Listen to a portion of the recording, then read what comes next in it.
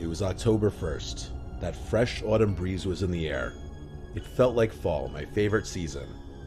It was my boyfriend Carter and I's first fall living together in our new home. I wanted to surprise Carter by decorating the place with fall and Halloween-themed decorations before he got home from work one day. I thought it would be cute. I bought a few things from a nearby Marshall's and a few other stores, and I also looked on different apps and websites, most notably Facebook Marketplace. I simply typed in fall decorations, and one listing really caught my attention. It was a picture of a big green plastic container, which contained a bunch of fall decorations.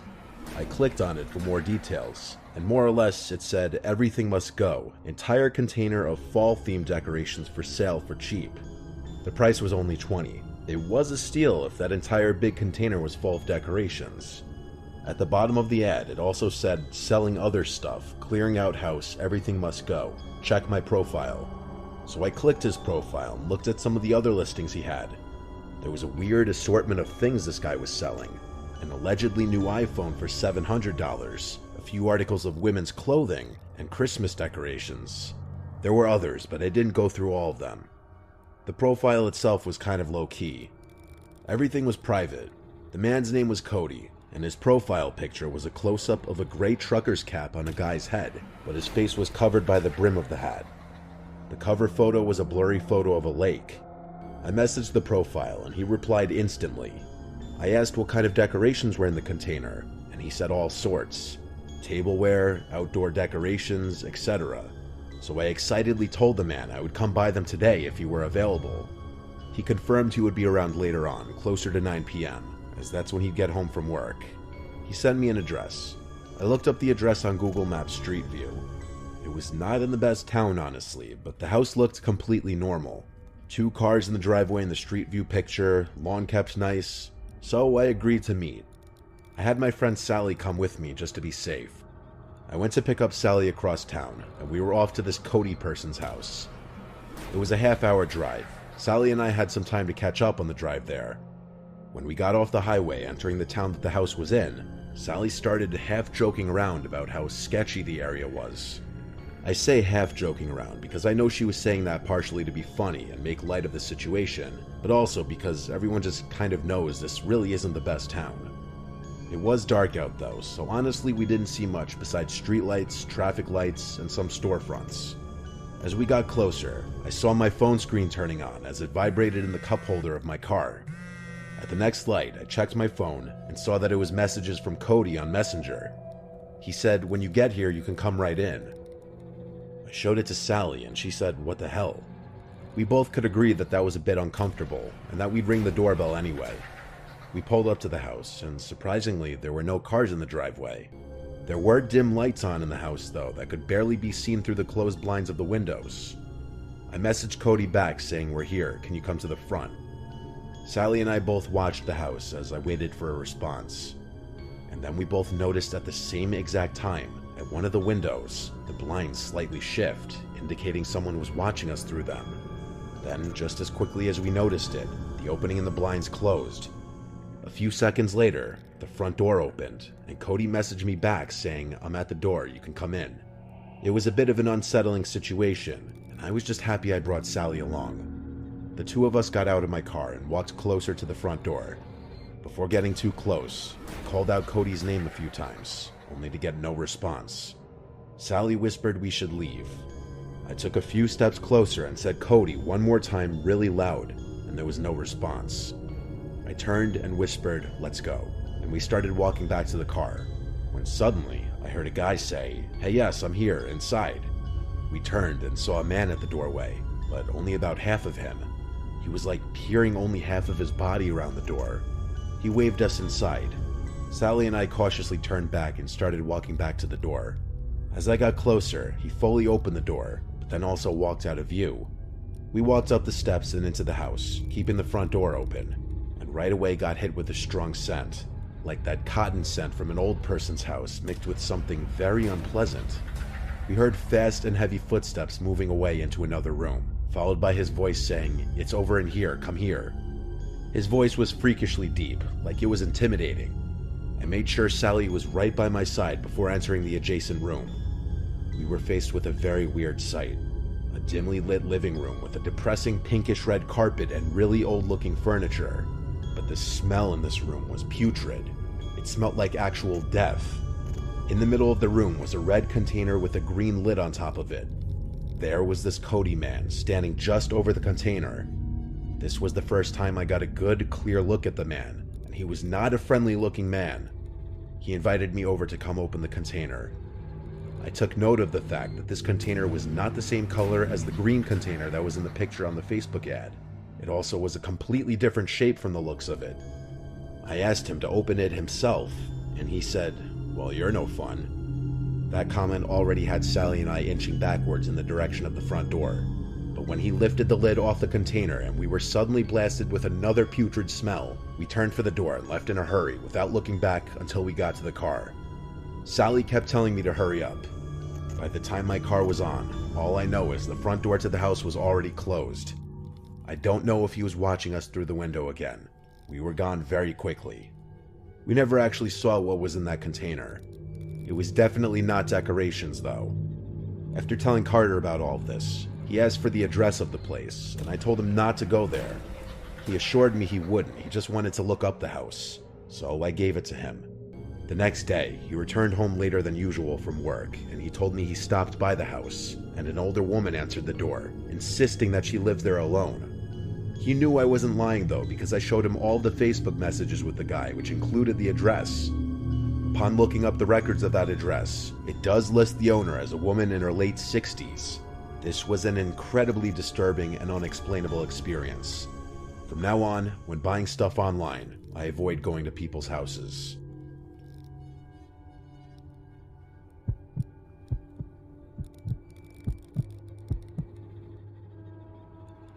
It was 2019 when this happened. I remember specifically because it was the year I was living on my own in Asheville, North Carolina. I moved here for a temporary job, and it was an excuse for me to live on my own for the first time. I was 22 years old and just out of college. I had an apartment in downtown. I could walk to most things I needed, but I also had my car for when I wanted to branch out or venture out of town. The thing I loved about Asheville and North Carolina in general was the sheer amount of hiking trails. I'd been to many around town, but one I hadn't been to was DuPont State Forest. One day I decided to go. The drive was just under an hour from Asheville. It was a random Wednesday in October. The leaves were starting to change, and it was the perfect time for a hike. I didn't have work that day, and it being a work day for everyone else, it meant I'd probably have the trails all to myself. I got to the parking area for the park, and I found where one of the trails began. I walked for a while, and the trail was serene. I was the only one out there that day.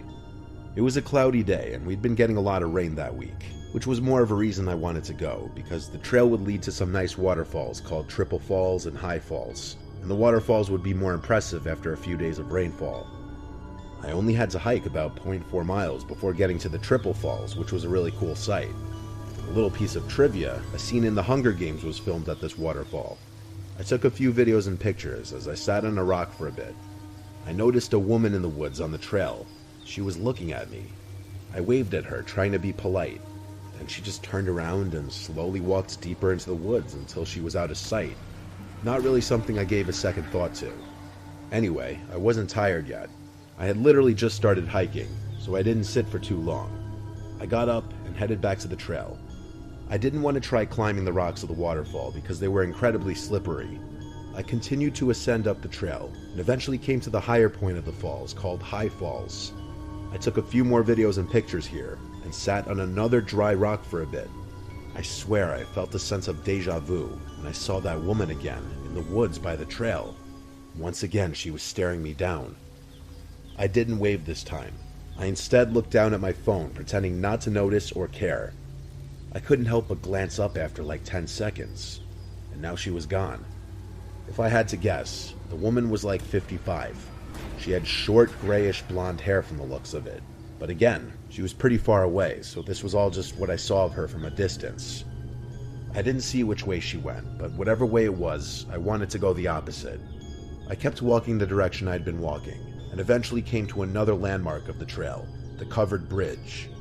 I once again stopped here to take a scenic video and a few photos. I drank a bit of my water, and then looked at the end of the bridge from the side I had just walked from. I saw that woman.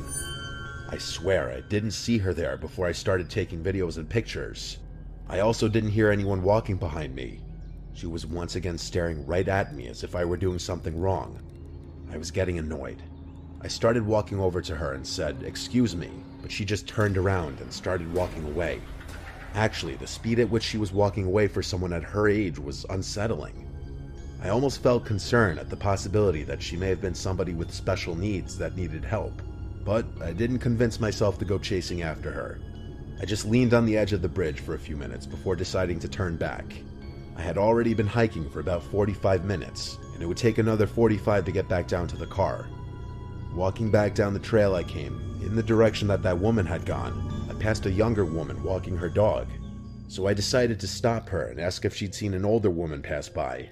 She said no, and just trying to make conversation about it, talk to somebody about it, I told her how I kept seeing that woman popping out of nowhere and looking at me, then just walking off.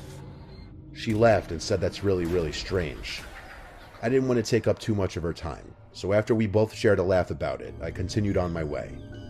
The entire way down the trail, I grew a bit paranoid that I'd see that woman lurking around in the background somewhere again, but all was quiet on the way down. I passed one other person who gave me a friendly smile and a nod.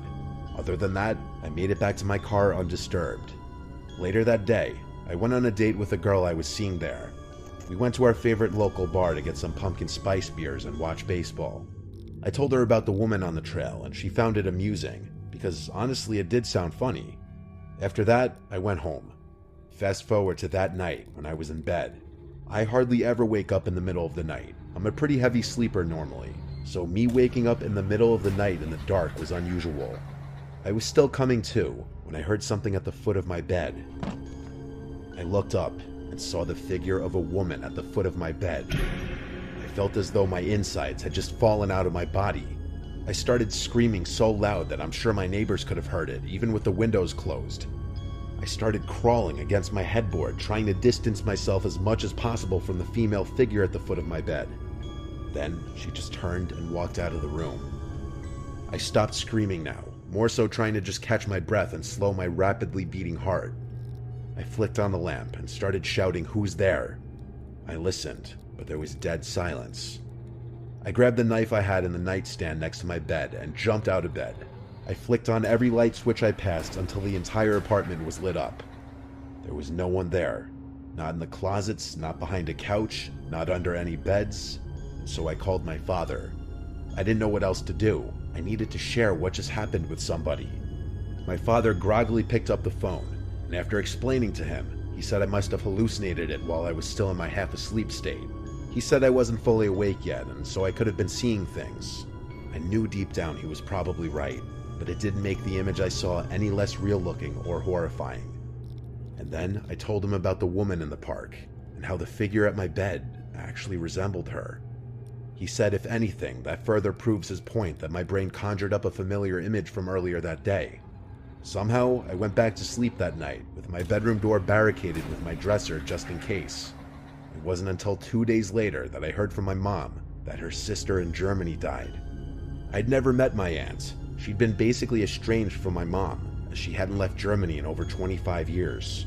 My mom and uncle flew to Germany to attend the funeral, and it wasn't until she got back home and I saw the prayer card with my aunt's face on it that once again I felt like my organs dropped out of my body when I realized she looked identical to the woman I saw on the trail that day and hallucinated at the foot of my bed. This story shook my whole family, especially because I told my dad about all of it and the hallucination before we even got news of my aunt's passing. I was born a Catholic, but never found myself to be super religious after confirmation. But goddamn, does this really send shivers down my spine and make me question what exactly I believe in.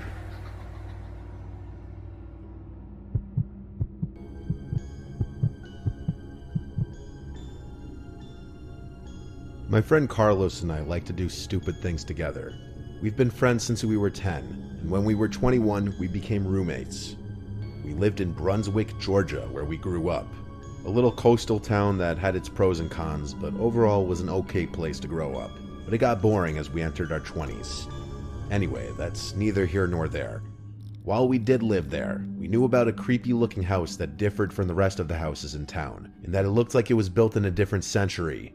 It had long been abandoned, and we and our friends would make up stories about its history. It was mid-October and everyone was in Halloween mode. People were doing Halloween-themed activities like haunted houses and corn mazes and such. We thought it would be fun one Friday night to go break into that house and explore. So after we were both home from our jobs, we both grabbed baseball bats to bring with us, stopped for some fast food and beers on the way, and drove to the house. We parked all the way down the road just not to be suspicious.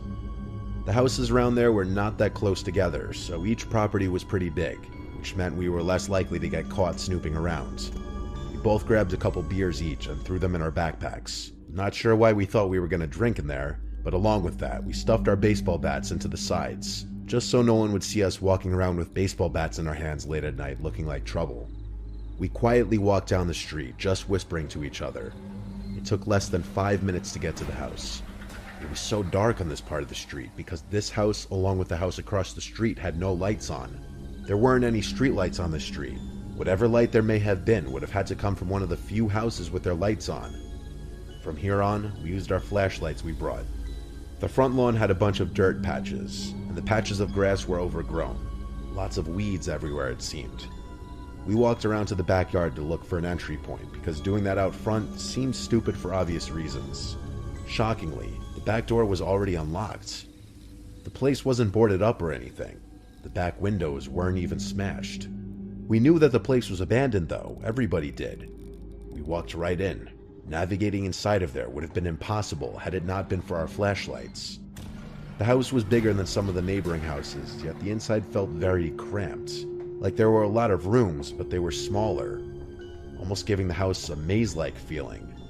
Carlos stepped into another room away from me, and at that moment I was alone. I heard his voice say from another room, "Yo, there's still furniture everywhere." I responded, "Yeah, this place must have been abandoned in a hurry." Everything seemed ancient, like furniture in my grandma's house, only not used in years. I walked around the first floor some more, and came to a tiny corridor with a few doors that led to bedrooms. I entered one of the bedrooms, and it was incredibly cramped. The bed took up 80% of the room. I went through some of the drawers in the dresser, but they all seemed like they'd already been gone through. Same with the closet. Anything left behind besides this old furniture just looked like junk. I heard Carlos say he's going upstairs. I said back, okay.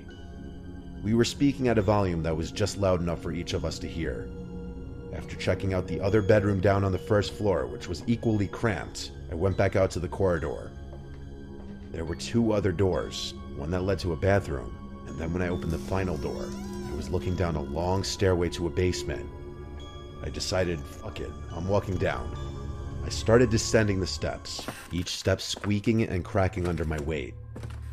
I got about halfway down the steps when I realized there was a faint glow coming from down there. I turned off my flashlight, and yes, there was still a little faint glow coming from down there. I should have turned and left in that moment like any normal person, but I do stupid things. Like I die first in a horror movie most likely.